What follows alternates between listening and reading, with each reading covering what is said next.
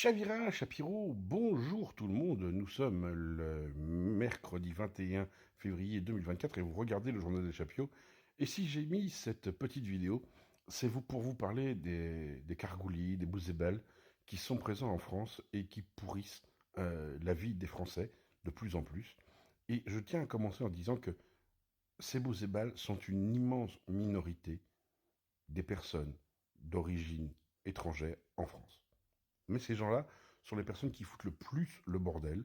Ce sont les gens qui vont détruire l'image de l'intégralité d'une communauté, de l'intégralité d'une religion et l'intégralité des personnes d'origine étrangère en France. Ça, c'est mon préambule, qu'on soit bien d'accord.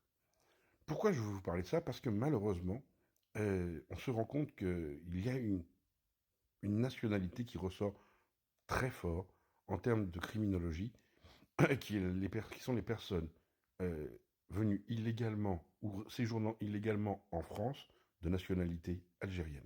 Je ne parle pas des personnes nées en France algériens, je parle vraiment des personnes sans papier, sous OQTF, qui ne cessent de foutre le bordel partout. Je voulais vous parler de ce qui s'est passé à Nantes, où vous avez deux jeunes Algériens de 21 et 22 ans qui ont été arrêtés 6 fois dans une même semaine, que la justice condamne à celui du sursis à chaque fois, et leur OQTF n'est jamais effectué parce que l'Algérie refuse de prendre ses citoyens. Ces jeunes sont en train de monter dans la délinquance et sont en train de monter dans la violence et dans la gravité des faits. Et on attend quoi? On ne peut pas les enfermer en prison parce qu'il n'y a plus de place en prison, certes, mais ils sont sous OQTF.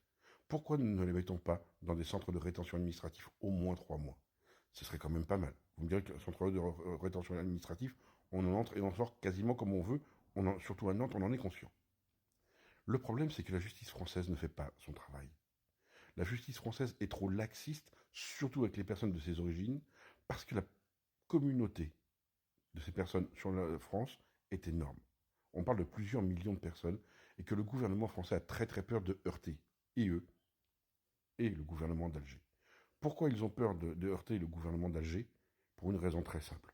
Le gouvernement d'Alger sert la France, sert les intérêts de la France partout en Afrique, par des manœuvres de déstabilisation avec plein de choses qu'on connaît et d'autres choses qu'on ne connaît pas. Et donc, franchement, on a besoin de garder des bons rapports avec cette junte militaire complètement corrompue et pourrie, qui d'ailleurs fait souffrir son peuple bien plus que les autres peuples. Et c'est pour ça d'ailleurs que tous les jours, des jeunes et des moins jeunes, hommes et femmes, essayent de quitter ce pays de fous, de merde, pour arriver en Europe et essayer d'avoir une vie meilleure. Et on ne peut pas leur en reprocher. Par contre, ce qu'on peut reprocher, c'est qu'ils ne viennent pas pour travailler, ils ne viennent pas pour s'intégrer, ils viennent pour piller. Ils se prennent probablement pour les descendants de Barberousse, qui, je vous rappelle, étaient d'origine algérienne, parce qu'on appelle actuellement l'Algérie. Du temps de Barberousse, ça n'existait pas. Ils se prennent pour des pirates. Ils se prennent pour des pillards. Ils sont des pillards. Alors, non seulement il n'y a aucune intégration possible, mais ils viennent voler, ils viennent piller. Et ceux qui viennent, ce ne sont pas l'élite algérienne. C'est la lie de l'Algérie. C'est ceux qui en Algérie font aussi des problèmes en Algérie. Ils sont tous toxicomanes. Tous. 100% toxicomanes. Une grande partie est alcoolique. Vous vous rendez compte? Voilà ce qu'on récupère en France. Et qu'on ne peut pas se débarrasser. Et attention, je comprends parfaitement que les gouvernements ne veuillent pas récupérer chez eux des toxicomanes alcooliques, hein, qui plus est délinquants, violents, violeurs. On a tout ça dans les profils. Mais ça continue. Encore et encore. Alors oui, il faut dénoncer ça. Mais il faut surtout dénoncer la faiblesse de la justice. Pourquoi la justice ne répond pas à la juste mesure? Pourquoi des jeunes, en 2 semaines, peuvent se faire arrêter 6 fois en flagrant délit de délinquance? 6 fois. Le problème vient moins de ces jeunes que du manque de réponse. Si à la première fois, on les avait mis 6 mois, 8 mois en prison en France, peut-être que ça les ferait réfléchir. Que là, dans leur tête de drogués alcooliques, stupides, parce qu'ils sont stupides à la base, ben ils ont l'impunité. Et quand on donne l'impunité aux gens, voilà où ça mène. Alors, il n'est pas question de stigmatiser l'intégralité de la communauté algérienne, je tiens à le dire.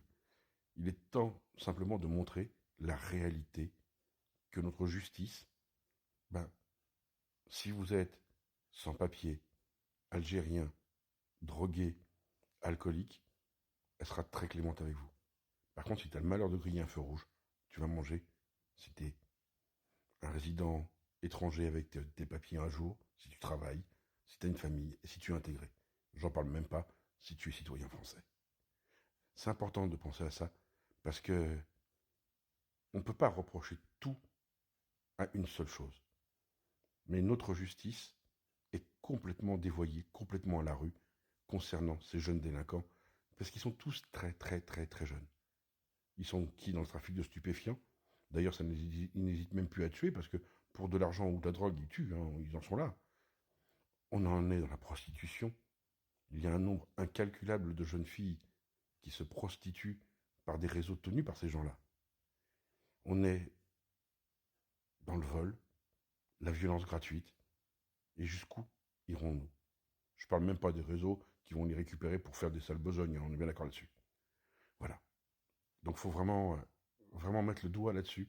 Il est vraiment temps d'avoir une justice qui réponde à la hauteur de la gravité des faits. Une personne qui a arrêté 6 fois en 2 semaines pour les mêmes faits et qui n'est pas réellement condamnée et mise hors d'état de nuire, c'est une folie pure et c'est pas leur faute à eux. C'est votre faute à vous, monsieur Dupond-Moretti.